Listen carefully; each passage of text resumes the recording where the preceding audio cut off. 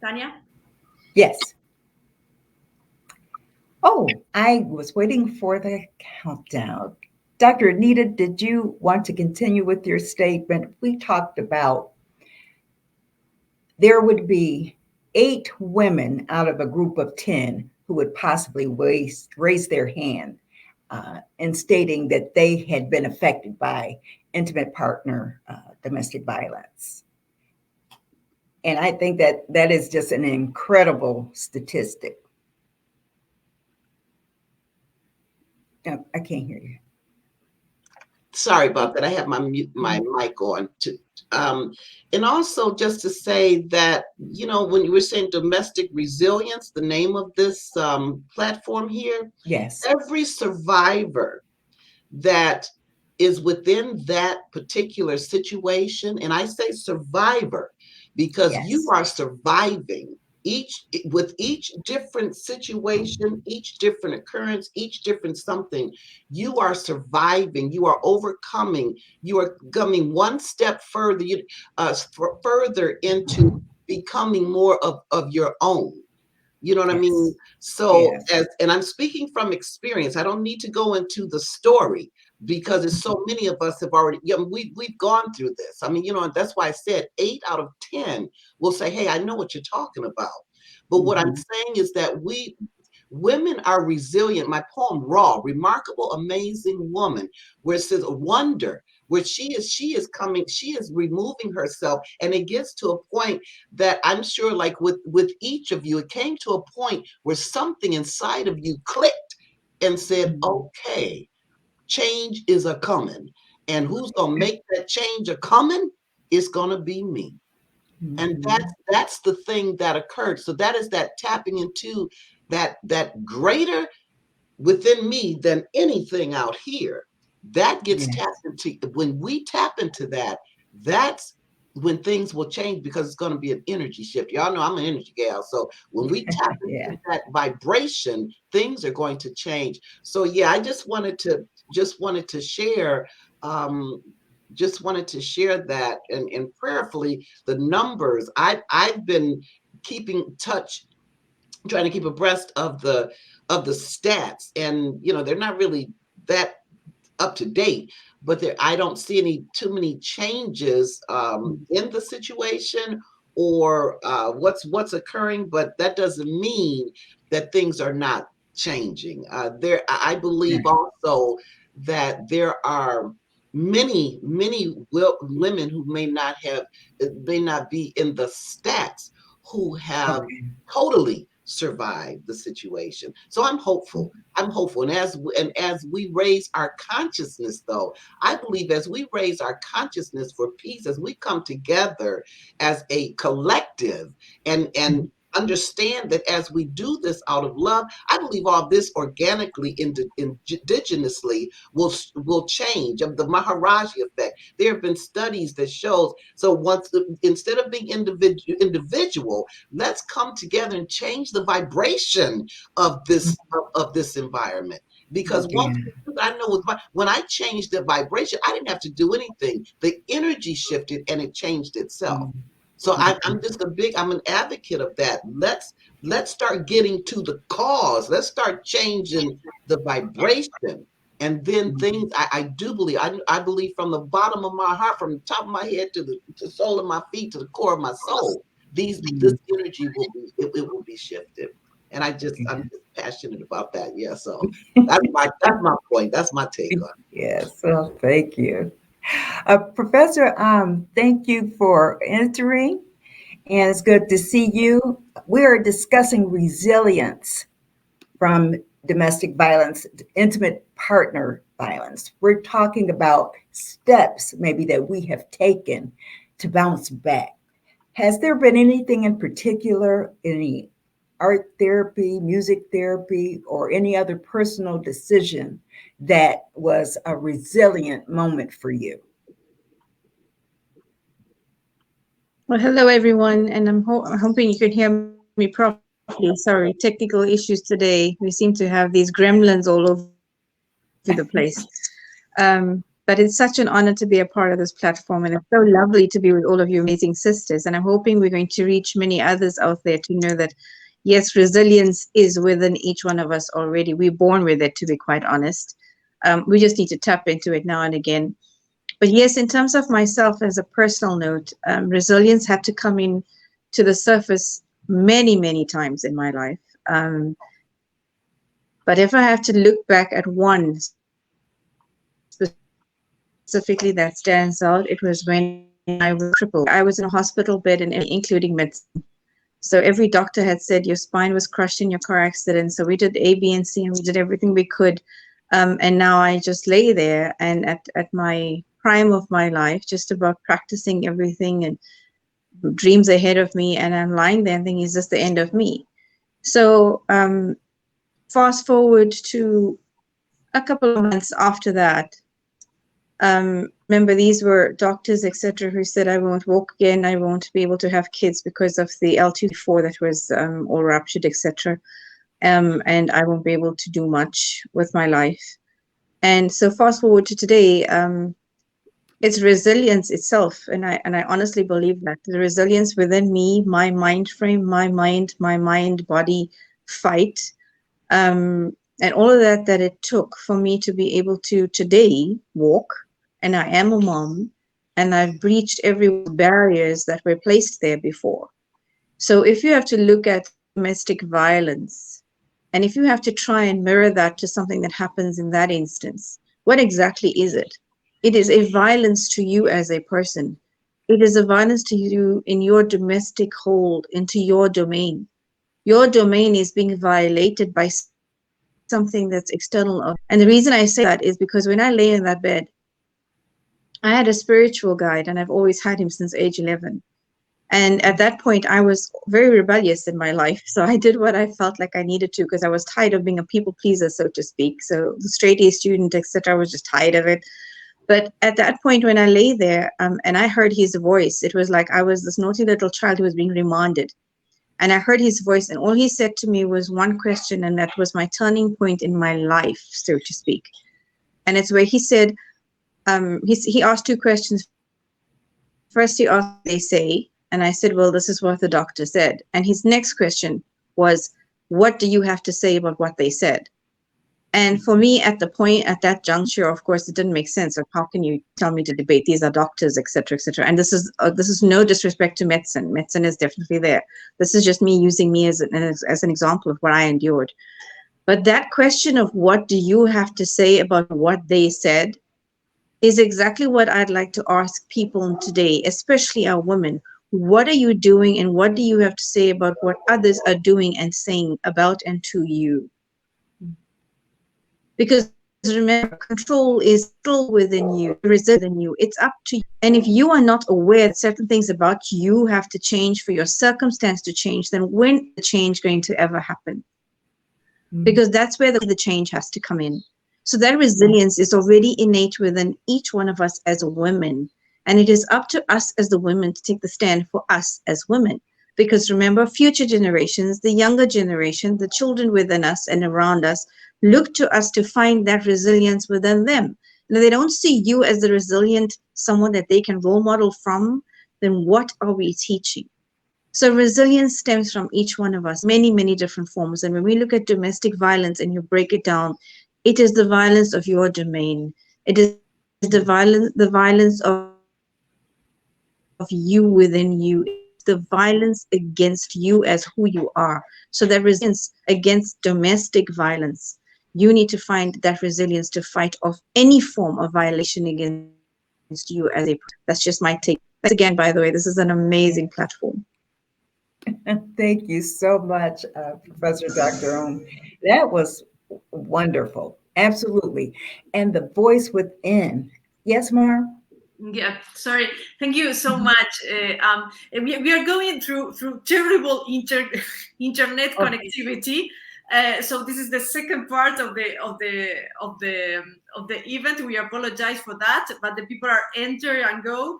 But I love what she's saying, because she's changing what we think from victim, from survivor, to someone who be the owner of your life, to be your own, the only owner of your life. This self-responsibility that many women, because of the terrible situation, they are not aware of. They are not aware of their own power. Say I'm totally disempowered. Right. With power we can get from there. Well, you would get for what Anita say, join with others, listen, and think how you can make it in your particular situation, where there is a way out, because the legislation is something that is part of it. Justice is another part, but there is part that is yourself to find a solution by your own. So this is really a message on empowerment. Yes, it is. Yes, and I'm so glad you highlighted that, Mar. Ivy, is there anything? You've been really intense looking there, and I have a feeling that you have some other thoughts, some things that you'd like to share with us about that and the resilience aspect. I'm really interested in knowing what was it for you that helped you to flip that switch and helped you to begin to realize your own power and be able to own that. No, definitely. No, I've been listening, and it's quite a strong topic, and that's why I was listening very attentively to what everybody's saying, because I can resonate with everything, every aspect that everybody was saying. And but I wanted to emphasize the subject of self-inflicted violence, because that's how mine are undergo. Because when you carry other people's violence, you end up self-inflicting it into yourself. So, and that is because of lack of support system. Mm, So the importance of having a support system, because when you don't have that, it creates chaos, mm, and chaos in our house, in all everywhere we move around, but basically from in-house, because that's where mm, everything starts. That's where everything is where it's interiorized, and that leads to unfulfillment. mm, Because that's what I was in my own case. I was unfulfilled with everything that was going on, and that unfulfillment as well, leads to a lot of things when you don't ask for what you really want. In mm, terms of what a professor was saying, the ability to ask what you want, and where are you in the midst of all of this? yes. And me myself, what I didn't ask in my process was a hug. The importance of having a hug, Mm, it is important in a chaos, when you're mm, having a chaotic moment, because just that simple aspect of just embracing somebody and being silent, just to be able to just feel, the ability to feel, because sometimes, domestic violence, you cannot feel because you put yourself in a state of numbness. yes. But the hug aspect of it gives it a human touch, Mm, and I actually put it in a way. I use it as an anchor for myself. I look at it every day. I put it all over my house, because mm, that is my resilient moment, when I embraced myself and I allowed myself to be able to receive a hug, because I'm not somebody that used to allow people to receive, to be embraced, because I like to keep my boundary. But the message that I want to leave to people is, just allow yourself to be hugged, even if it's if it's physical hug or a psychological hug, whatever form of hug it is. But it works a long way. And myself, the way I put it in my house in terms of anchoring it is, the methodology that I brought was, for me, was hug is the ability to heal, and you for uniting with yourself, because we carry a lot of masks in this mm, process, and with mm, the ability to let go of that mask and be ourselves. And then yes. the G stands for growth, because in all everything that we undergo as women, in a violence situation that we're undergoing multiple aspects, the ability to grow with it, that growth is our gratitude for our journey. And Mm, so let us not think about it as a failure, that we failed ourselves or people failed us. Let's just take it as a journey of opening doors, for new doors for ourselves. And mm, then the G stand, sorry, and then the we already spoke about the growth, sorry. And then the plural aspect of it is you coming out of it in terms of hugs. So it can be a singular hug or a plural hug. It depends where you want it. That's my message to people. Just be yourself and let that human touch. It works a long way. That is awesome. And I really, really like, Ivy, the way in that acronym, the growth, and how that shifts the thinking of the experience, the negative experience, and looking at it as a learning opportunity and just a part of your growth. I think that is an important shift in thinking and resilience from such a traumatic incident. Yeah. I really like that. I really like that. That'd be something to be Love able it. to get Love it. that passed on because that to me that really really changed my thinking and just to be on that path, no matter what you've experienced and negative, look at it as a growing opportunity. It's growth. It was just part of your story. It's not your whole story. That was just beautiful. Beautiful. And I heard other people agree there. And Absolutely. what else about resilience do you see stepping out? It may not happen all at one time. It is a process. Would you agree, anyone on the panel there, that it is a process, not necessarily something you can instantaneously You jump know what? from? I heard I, someone. I think, sorry if Mhm. I think resilience is something that you grow with, and it grows with you through your journey, to be quite honest. Because life's journey gives you many, many, many, many issues that come up. You have constant obstacles. Mhm. You have constant issues that come up. And your resilience level seems to have to alternate each time something comes up with you. And Mhm. that just grows with you as you grow as a person. And that growth of you is your self growth, it is your self development, it is your resilience. And when life hits you with different curveballs, your resilience level has to obviously adjust to what that curveball is. The problem that many of us face is that we don't like those curveballs, so we tend to feel that our resilience level has to be stagnant and we can't face the next one. Yet you actually think about your life today, people that are listening right now, or women who's listening right now, think about it. How many times thus far in your life have you sat back and said, I'm never going to get through this. I just don't know how. And guess what? You're sitting here today and you got through that. That was an art of resilience. And I say art of resilience with inverted commas because it is. It is your own resilience technique that works for you, for your personality, for your individuality, for your characteristic.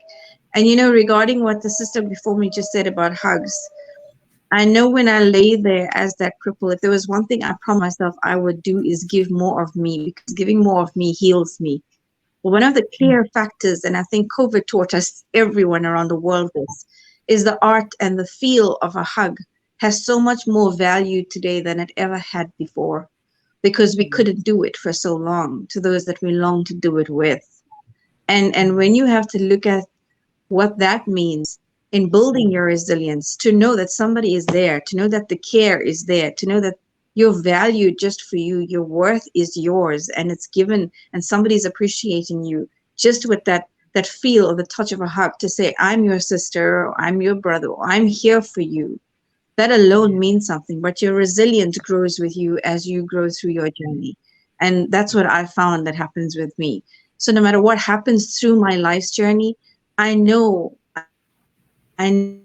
within me, I have just so much that's needed to get through there. Innate within each one of us out there. We just have to tap into it. We really do. Yes.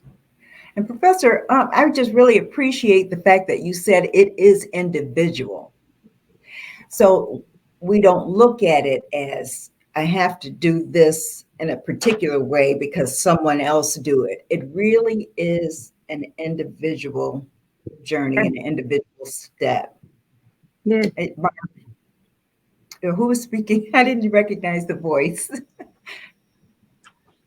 Yeah, I don't know. That was you, Dr. Anita. Yeah, Okay. I love that, Professor Dr. Marie Mia.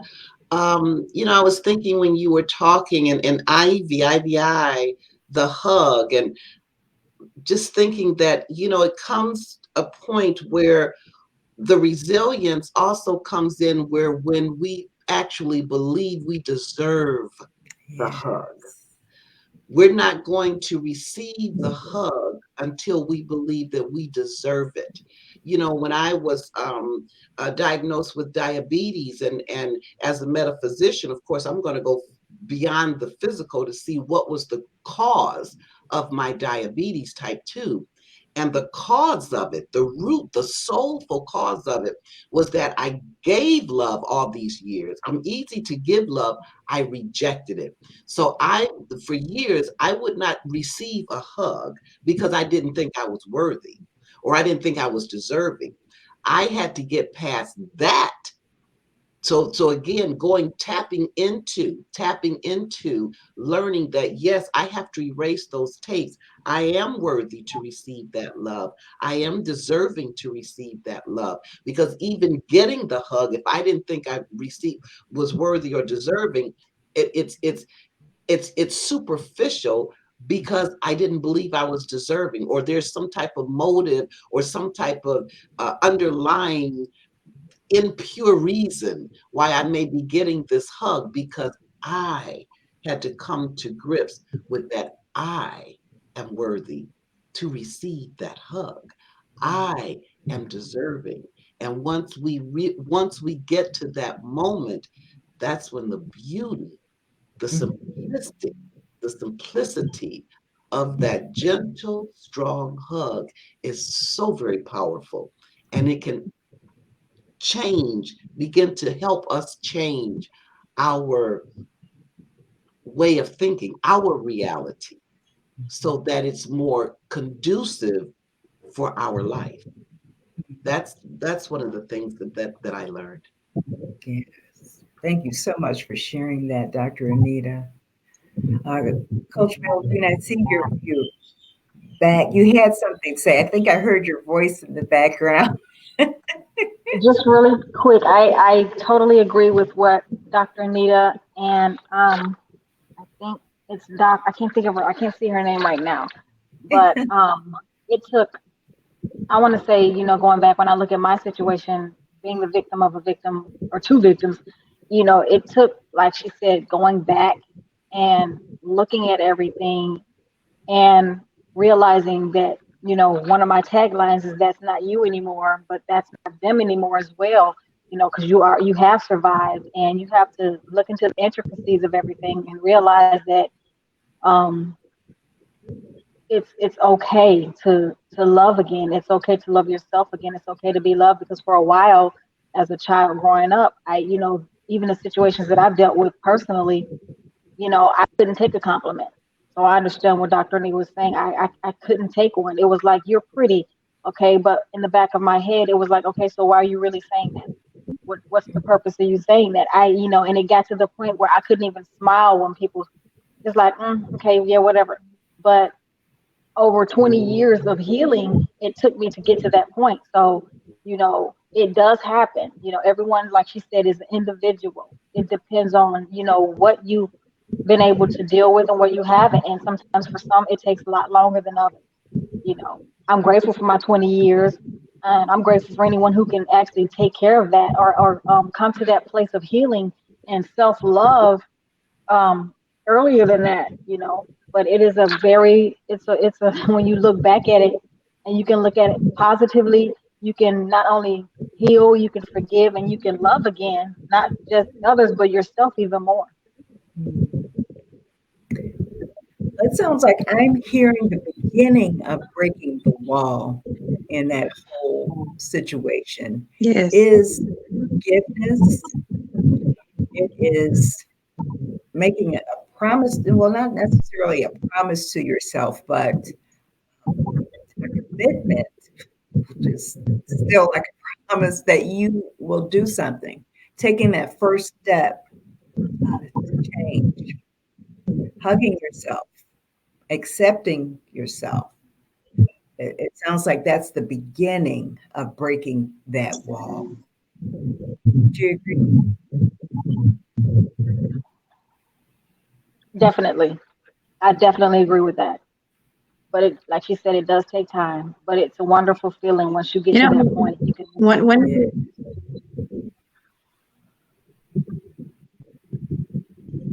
Is that you, Professor? one of the key points I think for many women that I know I've worked with, one of the key points with many women that I've worked with so far, including myself in my journey so far, is the fact of, the difficulty that we actually experience is when we conform so much that our lives become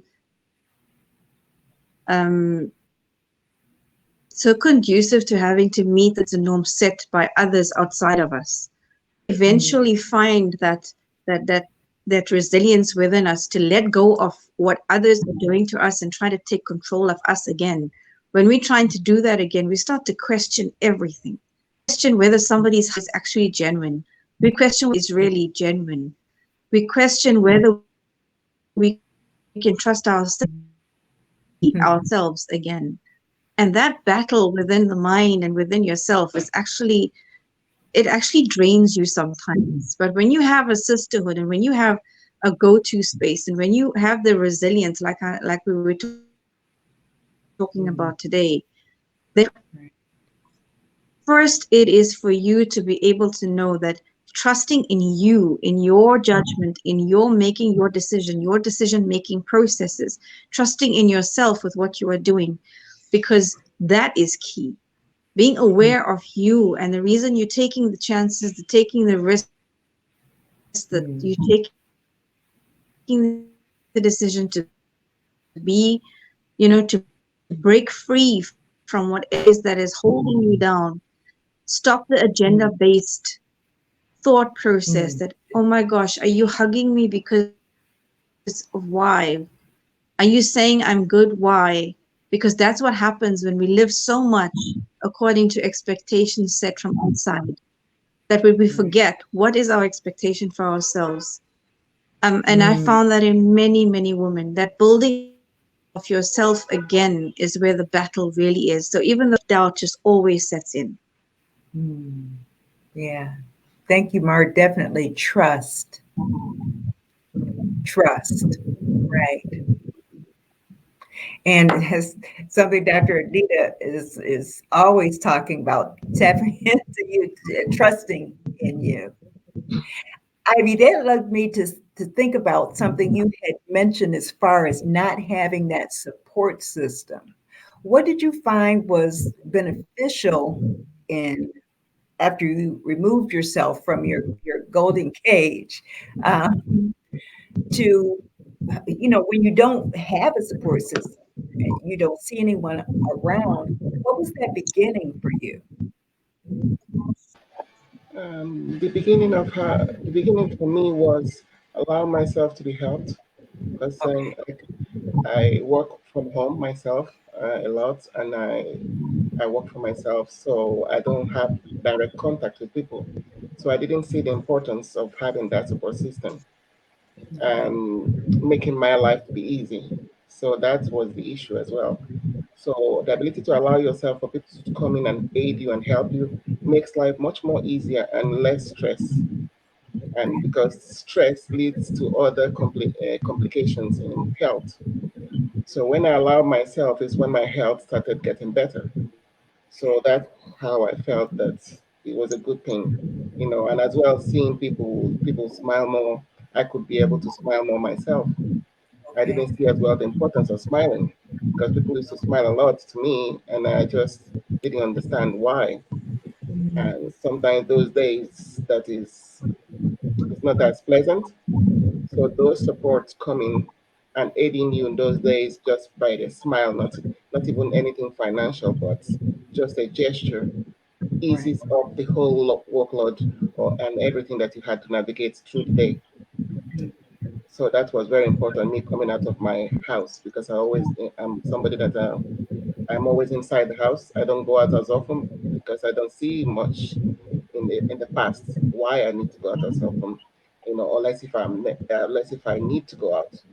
So that as well had to do with my own ordeal, that I had 20 years depression, and I came out of it because I allowed myself to the support system to come and aid me in the process. Oh, thank you, Ivy. And Martha made me think about what you said was the trust. That's what Ivy kind of meant. She had to trust to be able to come out and allow people to help her. And for some people that can be a big step. Oh, yes. We are about to end this difficult session that we have. Well, okay, it's a good excuse to make another one next month, as always. And just to say, this is not a coincidence. Global Networking Win from G100 and Openness and Wisdom with co-chair Anita Caprice here. This joint action is exactly the way we would like to send this message. If you are isolated, as Amy were saying, and it's a steady situation, on domestic violence, the isolation of the survivor. So if you are isolated, but you have this screen that could open a window, open some light and shine light into your life, do it, because it's openness and wisdom and global networking who will make you get through this difficult situation. You can break the wall. And we see that we wanted to send a positive message. And as we always say at the end, we write a no in our hands. Do you have a pen, or you were prepared for the no? Oh. Not all the people are prepared to say no. But this is part of breaking the wall, to say no. Mine is really light. Okay. No.